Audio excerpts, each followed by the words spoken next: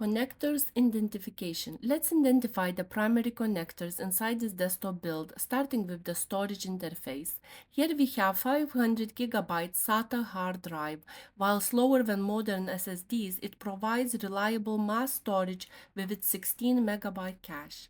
This is a blue SATA data cable. It is the signal line transferring information between the hard drive and the motherboard.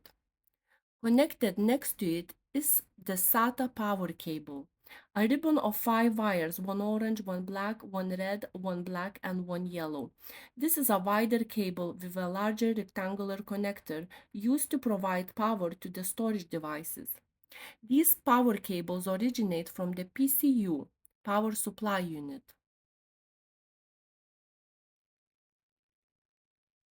And this is the 24-pin ATX connector. It provides a main power delivery to the motherboard's various circuits.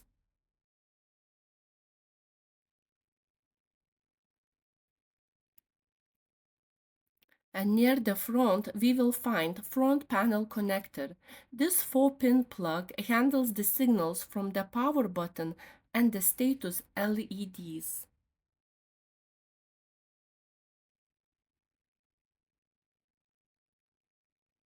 And finally, this is a 4-pin ATX 12-volt connector. It provides dedicated power from PCU directly to the voltage regulator modules for the CPU. Inside the desktop PC are the rear USB ports. These are built-in, meaning they are attached directly to the motherboard for a rock-solid connection. When you plug in, data and power flow instantly through the circuit board. This direct path keeps your connection fast and stable.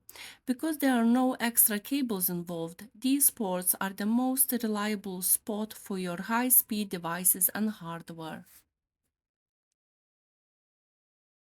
Connecting the wires. The secret to a smooth installation is all in the approach. Instead of holding the cable, lead with the connector's head. This gives you a total control over the angle, making it much easier to line up the pins. It's a small detail that makes a huge difference in seated stability. Every internal cable is keyed, meaning it's shaped to only fit one way. Before applying any force, let the connector rest against the socket. If you feel resistant immediately, don't push. Instead, verify the orientation of the plastic housing. A perfect match should feel like it's found its home before you even start to press. Now, apply the firm pressure. You are looking for that physical and often audible click. That sound is a safety latch engaging. This is crucial because even a millimeter of gap can cause electrical arcing or data corruption. You want a seamless, flush fit between the plastic of the cable and the plastic of the header. When handling the smaller audio or fans signal cables, the touch needs to be lighter, but just as precise. These pins are delicate. Unlike heavy-duty power rails, these connectors rely on friction. Ensure you are not tilting the connector as it goes in. A crooked entry is the fastest way to bend a pin and ruin a motherboard. And now we are moving to the 4-pin 12-volt ATX connector, which provides dedicated power to the processor. Because this socket is often tucked away near the heatsink, use your fingertips to guide in. Listen for that vital click. This ensures the CPU receives a steady, uninterrupted flow of power, which is critical for system stability. Finally, we have the 24-pin ATX connector, the main artery of your computer. This requires the most care. To do this safely, place your hand underneath the motherboard if possible to provide counter pressure and prevent the PCB from flexing. Align the long plastic latch, apply firm even pressure, and ensure that there is no visible gap between the housing to avoid a fire hazard. And now we will be checking the BIOS settings. To start power on the PC, you will need to be ready with the keyboard immediately as the system initializes. Repeatedly tap the F12 key now. Even if the screen stays black for a few seconds, keep tapping to ensure the system captures the request to open the boot menu.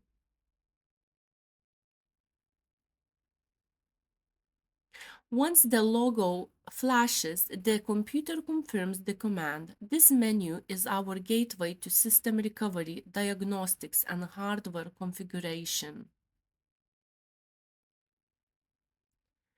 From the list on the left, use the arrow keys to scroll down and select BIOS Setup. Then hit Enter to see the full system overview.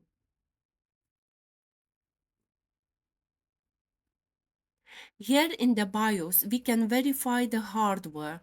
This unit is running an Intel i3-14100T, which is the 14th generation of Intel's efficient desktop processors.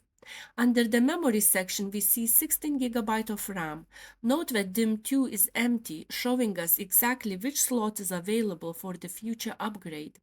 We can also confirm the UHD 730 graphics and the audio controller are active, ensuring all integrated components are communicating with the motherboard. Finally, we switch to the Storage tab. This confirms our 256 GB NVMe SSD is detected and functioning as the primary boot driver.